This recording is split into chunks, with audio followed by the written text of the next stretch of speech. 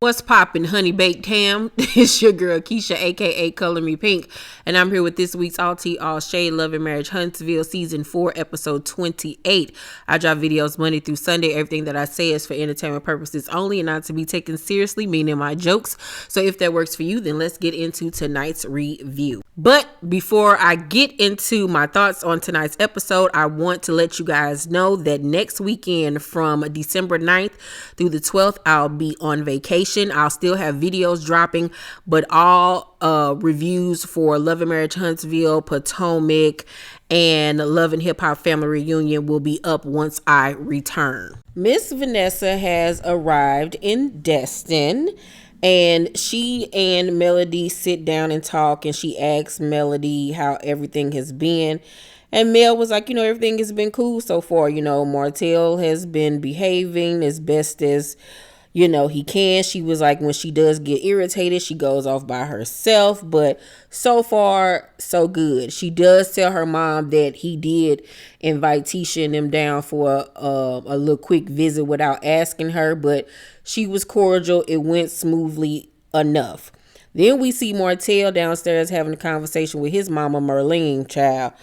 And he asked her how the trip has been, and she was like, this has been the best days of my life. And I'm like, this lady's so damn fake. She is so fake and phony. Oh my God. Remember I told y'all that I felt like the mama switched up on Melody because the finances were no longer there. When Mel and Martel were together and, they money and everything was, intact.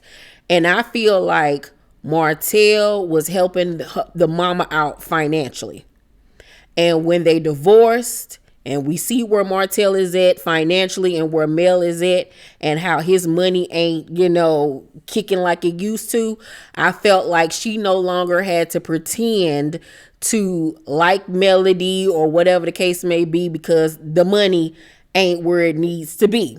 Now that they're on this family vacation and she's back in the midst of, the high life again. Oh, now is this the best days of my life?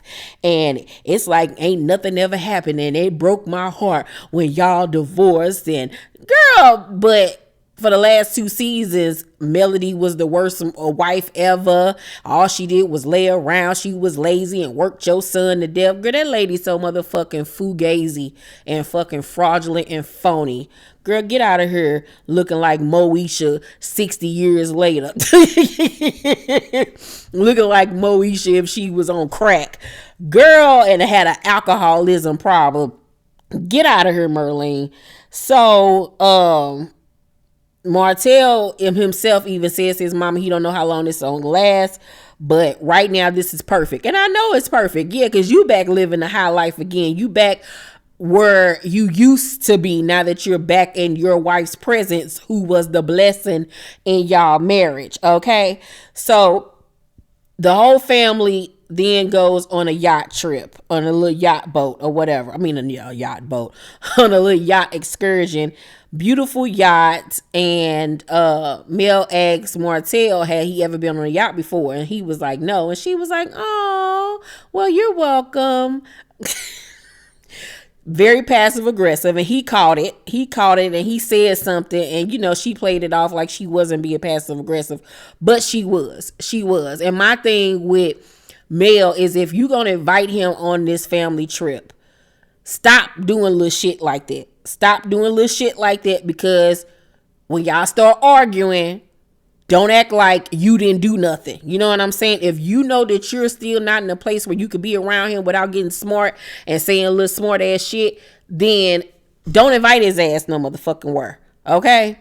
So, Mel is then told by the captain that they won't be able to leave the port because a thunderstorm is coming. So she's disappointed because the kids have been super excited for this and she don't want to disappoint them. And so as they're waiting to see what's going to happen, the kids is dancing, doing karaoke and stuff like that. And Melody was like, Martel, I asked, could I play my music? Can I play my song? And he was like, why would you want to do that? And she started laughing or whatever, fucking with him. Like, she was joking, but you still fucking with him because you know your songs are about him. So what was the point? What was the point?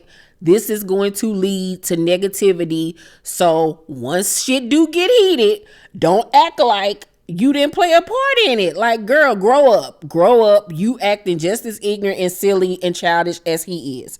So then we switch over to Maurice, who goes to visit Marceau at his home so he can sit down and talk to him about Kimmy, because Marceau at this point, I guess, does not know her diagnosis at this point. Tisha didn't tell him. I find it hard to believe that he ain't know this whole time. I think that they just doing this for camera. No way in hell you gonna tell your brother on camera. You ain't tell him as soon as y'all found out, and then Tisha would know and not tell him either. Come on now, I don't believe that either. So when the commercial ends and it comes back, that's when I learned that Marceau admitted that Tisha had told him, but that she said, you know, everything was still uncertain, like up in the air. But Maurice is like, nah, it's certain. Like, we've done the biopsy, yeah. And he was like, it's really aggressive. They want to, you know, be really aggressive with the treatments and everything.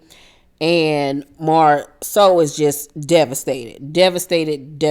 And so at this point, I'm like, okay, so he did know, but he didn't know the extent of it all. I was like, okay, this is real, very much real.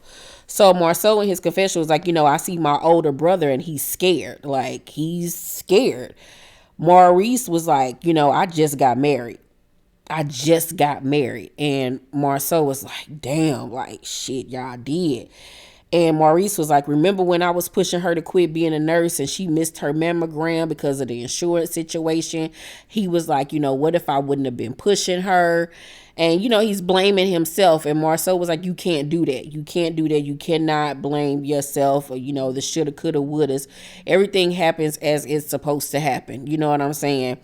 So I hate that he's doing that to himself as well, and that he's blaming himself.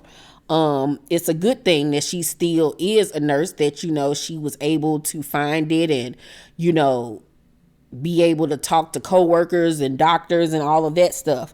So he admits to Marceau that, you know, he's weak on the inside, but he can't show her how scared he is. And Marceau was like, you got to show her, like, cause both of y'all sitting up here trying to be strong for each other. You need to show her, you know, what you feeling. Be real with her. Be real. Y'all scared. Like, and that's okay to say that. So they both crying. I'm crying. It's just too much, child. So, they end up hugging each other and, you know, breaking down and crying. And I was just like, Lord Jesus, take the wheel, take the wheel, take the wheel. Whew, it was just too much for me. I was over here crying like a baby. After the storm passes, you know, the yacht takes off, and Mel and Miss Vanessa and Martel are sitting down having a conversation, and Miss Vanessa was like, you know, this is so nice. I'm really enjoying myself. She was like, it took us a minute to get here, but we're here, and, you know, I'm happy. And Martel says that, you know, typically when, you know, relationships dissolve, it's the woman that's sad and hurt. He was like, but, you know, I was hurt too, you know, and basically acting out by doing and saying, you know, whatever that came to his mind. We all know how he was acting. And I think that was big of him to finally admit that he was showing his black ass. He really honestly was. And Mel was like, so you're healed? And he was like, I am. And she was like, so you're 100% healed from our divorce? He was like, I can't say 100%. So Mel was like, what do you think you've shown that you've healed some? And Martel was like, you know, you've taken several jabs at me through this trip and I've laughed it off. And she was like, I have? Like, playing dumb. And I was like, see, this is that passive aggressive shit, Mel. Like, come on, dog. Like, you know what you've been doing. Like, the producers even do flashbacks of all the little smart comments and stuff that she's made. You know, it's one thing to, you know, shrug off his advances because, you know, he gets flirty or whatever, but you have been taking jabs and you have to own up to your childish behavior. You know, honestly, I can say that Martel, for the most part, this trip, I give him about a good 7.5 as far as his behavior. He didn't have the right to invite Tisha and them on the trip or whatever. And then, him complaining about where his room was in the beginning. But for the most part, he's really was behaving himself. And I would give Melody, as far as her behavior, I would give her about a good 5.5, 6, because of the jabs and stuff that she was taking, and it was uncalled for and unnecessary. So even Miss Vanessa was like, a year ago he would have went ballistic when you brought up playing, your song or whatever. So Miss Marlene comes out and they sitting down having a conversation about, did they talk about their feelings and stuff in their family? And she was like, she was raising 2 kids by herself. She had to go to work. So basically, no, we didn't talk about feelings and stuff like that. And Mel was like, now I really see why Martel is the way that he is. And it's unfortunate that they did not have those types of conversations when he was growing up. They head to dinner that night and they get to the restaurant, and Martel has set up the reservations for everything. And unbeknownst to Mel, he has their moms and the kids at one table and them at another, because he wants to sit down and have grown folks conversation with her. And she looking like, why?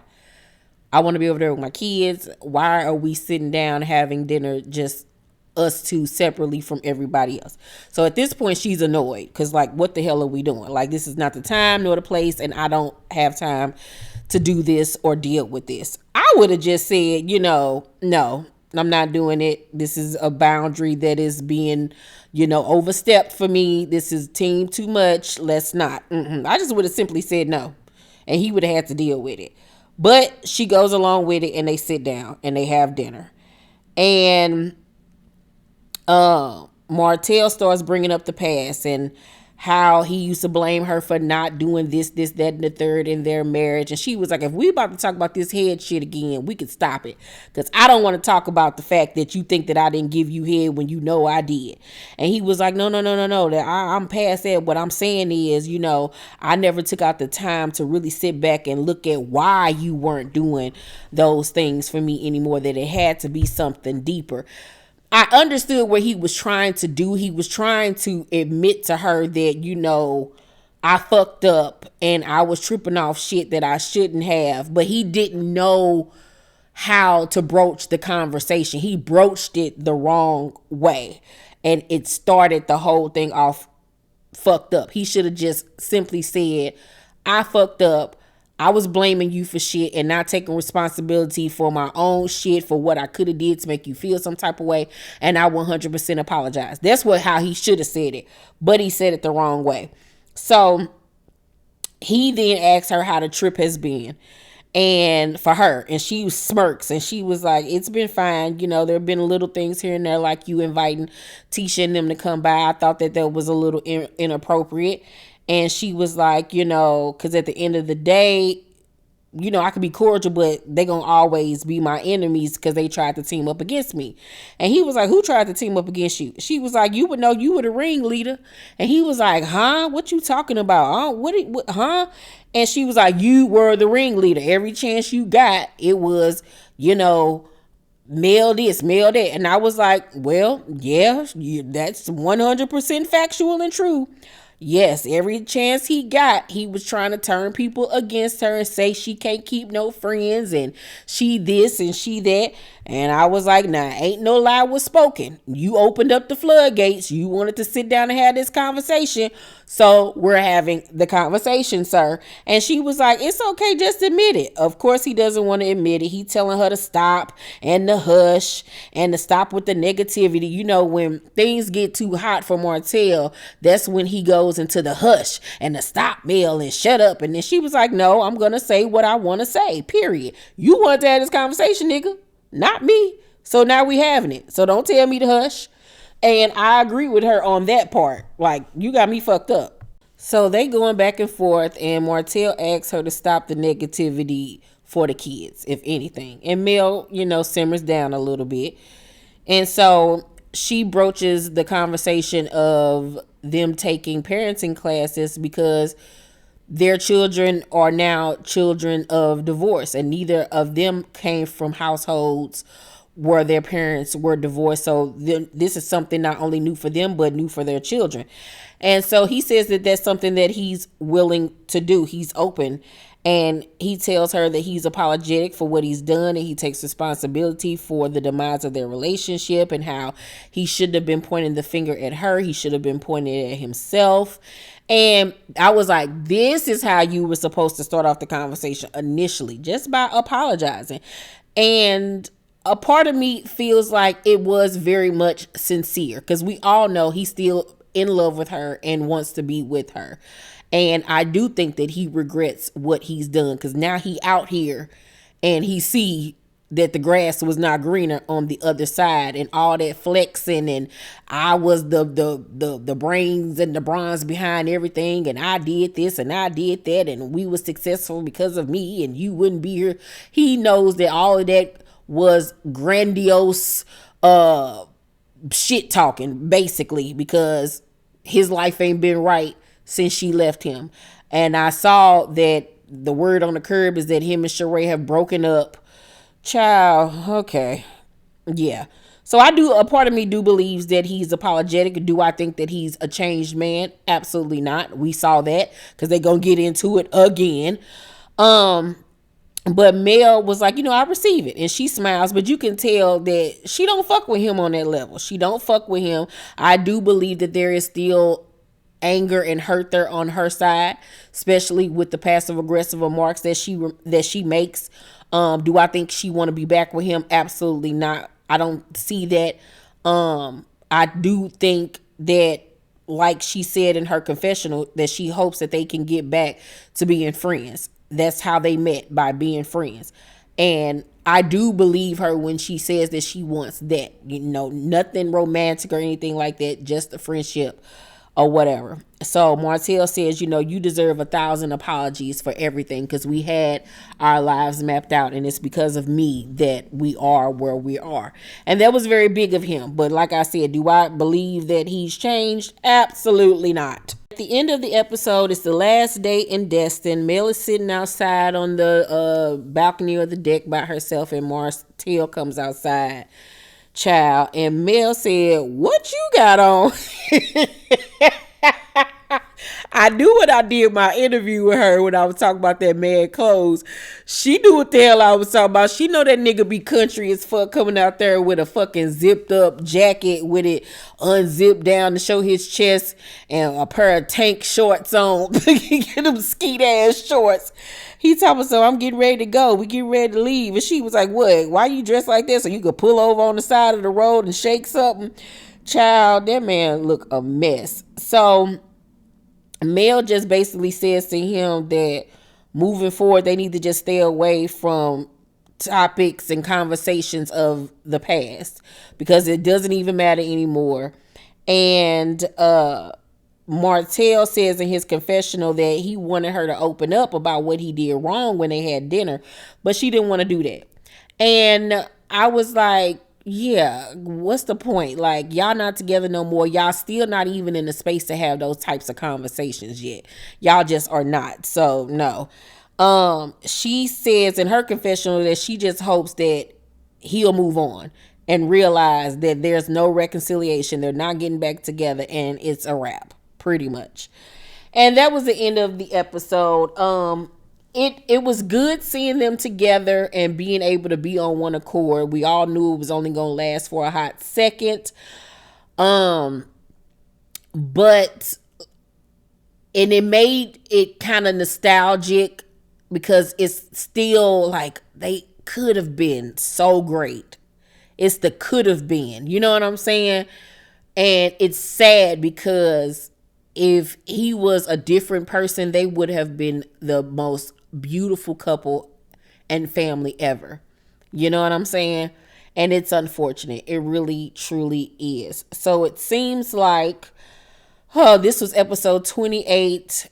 So we got next week's episode, which will be 29.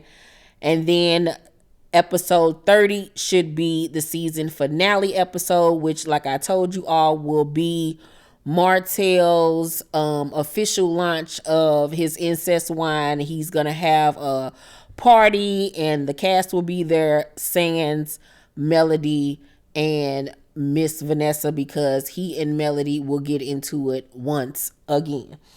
So then episodes 31 and 32 will be reunion part 1 and 2. And I'm just ready for this season to be over. So ready. They have been on hiatus right now as far as filming, but filming for season 5 will be beginning very, very soon this month. So it seems like Love and Marriage Huntsville will be back on again by spring. I still don't even think that's long enough. I don't want to see these motherfuckers until like June, July, child, because I'm sick of it. Like, I don't ever want a 32 episode season from them ever again. Ever, ever, ever. Overall, I'm going to give tonight's episode, I'm going to give it an A, because it did stir up a lot of emotions, from the Mel and Martel situation to, you know, Maurice telling Marceau about Kimmy's illness and everything. So I'm going to give it an A. It was a really good episode. It really honestly was. Let me know what you guys thought about tonight's episode down below in the comment section. Make sure to thumbs up this video, like and subscribe, and hit that notification bell button. I love you guys, and I'll see you on the next video. Bye.